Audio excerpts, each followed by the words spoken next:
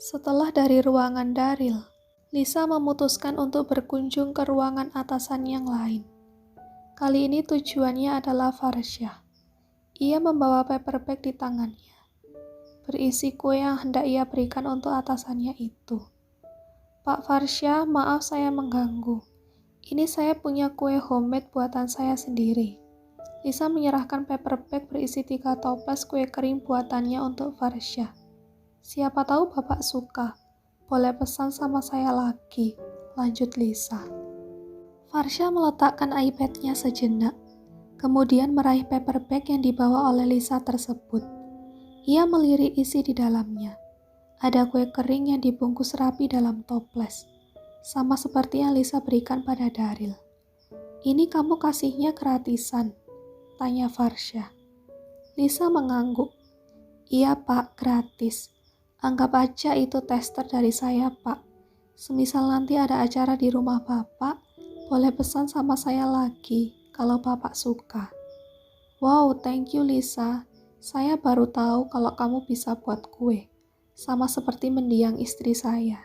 Dia juga suka buat kue kering begini, terang Farsha. Farsha lalu membuka kue tersebut, hendak mencicipi satu. Ketika kue itu masuk dan dikunyah di mulutnya, wajah Farsha tampak terlihat sumringah. Wah, ini enak, beneran kamu yang bikin? Tanya Farsha sedikit tak percaya. Bener Pak, itu saya yang buat. Tapi memang dibantu oleh ibu dan adik saya sih, ucap Lisa malu-malu. Tadi juga Pak Daryl bilang enak, memangnya beneran enak Pak? Tanya Lisa mencoba meyakinkan. Farsha mengangguk, ia sudah makan beberapa keping. Enak, saya yakin anak saya pasti suka juga. Lisa makin senang dan melayang-layang, dipuji oleh 2 petinggi perusahaan ini. Harapannya setelah ini Lisa akan kebanjiran order. Ngomong-ngomong, saya boleh minta bantuan kamu, Lis? Tiba-tiba Farsha mengambil sebuah berkas. Biasanya ini kerjaan Maya. Kebetulan dia masih cuti, jadi saya sedikit kesusahan. Bisa minta tolong carikan file ini di laptop kerja milik Maya? Pinta Farsha.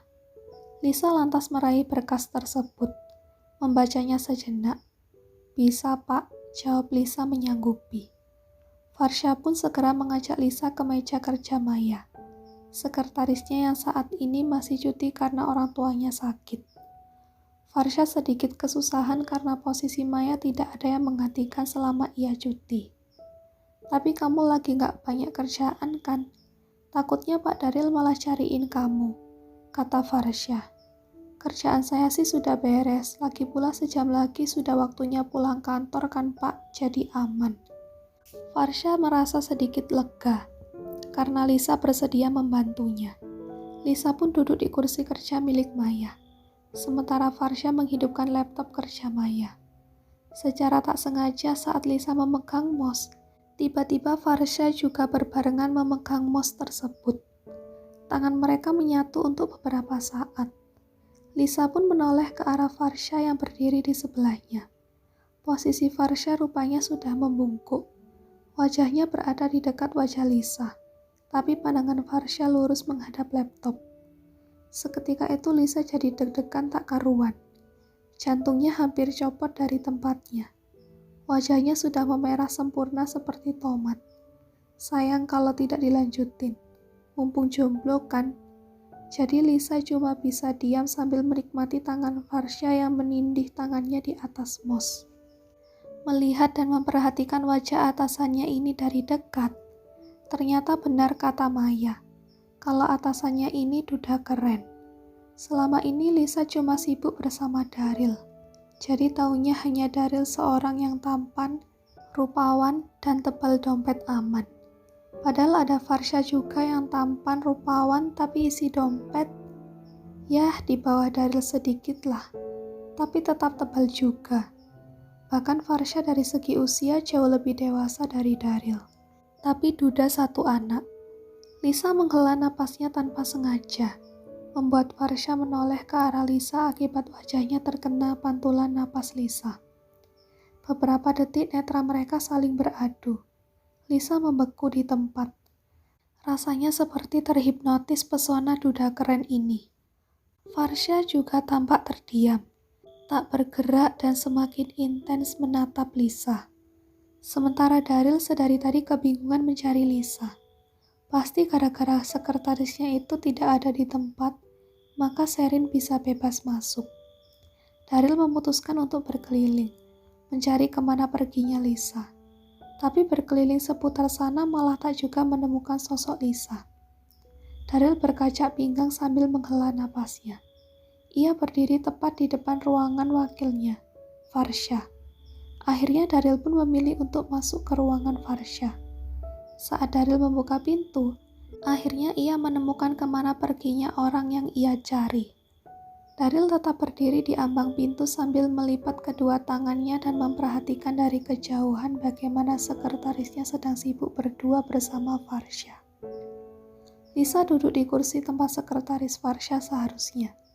Sementara Farsha berdiri di sampingnya sambil membungkuk. Daryl melihat dua orang itu saling tatap-tatapan, bahkan hampir tak berkedip. Kalau Gani melihat kejadian ini, alamat gigit kemoceng. Daryl tampak berpikir sejenak, hendak mengganggu keintiman mereka atau membiarkan saja. Tapi akhirnya Daryl memilih untuk mengganggunya saja. Ini masih jam kerja, kalau mau dilanjutkan di luar ya, silahkan. Daryl pura-pura batuk sambil tangannya mengetuk pintu. Seketika itu membuyarkan dua insan yang sedang beradu tatapan tersebut. Farsha kelagapan begitu mendapati Daryl yang tengah berdiri di ruangannya. Sementara Lisa dengan spontan mengambil posisi berdiri. Wajahnya masih memerah. Begitu juga dengan Farsha. Pantesan saya cari keliling kamu gak ada. Ternyata lagi berduaan di sini. Daryl menatap curiga ke arah sekretarisnya. Lalu beralih ke Farsha yang tampak menegang dan kebingungan sendiri. Maaf Pak, Bu, bukan seperti yang Bapak pikir. Saya kesini cuma memberi Pak Farsha kue. Tapi kebetulan tadi Pak Farsha minta tolong. Jawab Lisa tergagap. Minta tolong apa yang sambil tatap-tatapan begitu? Tanya Daryl masih curiga. Lisa menggigit bibir bawahnya. Kebingungan sendiri, tak tahu mau buat alasan apa. Itu kebetulan tadi Lisa tanya sama saya. Matanya isi belek, Kak. Makanya saya liatin dulu, Pak, kata Farsha membuat alasan. Lisa langsung melotot begitu mendengar alasan yang dibuat oleh Farsha tadi. Apa? Belek? Gak salah denger. Alasan macam apa itu? Umpat Lisa dalam hati. Ia melirik sekilas ke arah Farsha dengan sudut matanya. Daryl menyeringai. Jadi ada beleknya? Tanya Daryl. Gak ada, Pak. Jawab Farsha. Gak ada belek, tapi adanya harapan masa depan ya? Ledek Daryl. Ada seulas senyum di bibir Daryl. Kalau urusan kalian nanti sudah selesai, tolong Lisa segera balik ke ruangan saya. Daryl menempuk pundak Farsha sambil memberi senyuman ke arah wakilnya itu. Ia pun langsung melengos pergi dari ruangan Farsha, meninggalkan mereka berdua.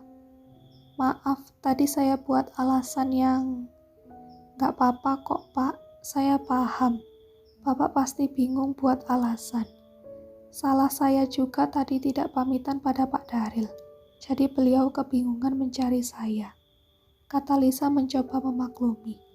Walaupun sebenarnya sedikit kesal dengan alasan belek tadi. Lisa lalu melanjutkan untuk membantu Farsha mencari file yang ia minta tadi itu. Setelah selesai, ia langsung menyerahkan semuanya pada Farsha. Semua filenya jadi satu di sini, Pak. Ada lagi yang bisa saya bantu? Tanya Lisa. Ada, Lis. Ya, Pak. Mau pulang bareng saya. Tawar Farsha sedikit ragu. Hah? Mata Lisa terbelalak tak percaya dengan apa yang ia dengar barusan. Saya sering lihat kamu naik taksi online setiap pulang kerja. Jadi siapa tahu kamu mau pulang bareng sama saya. Lumayan lebih hemat kan? Sebagai ucapan terima kasih juga. Karena kamu sudah beri saya kue gratis dan membantu saya mencari file itu. Seulas senyum merekah di bibir Lisa. Ini baru benar. Pucuk dicinta ulam pun tiba. Mau, Pak, jawab Lisa dengan semangat.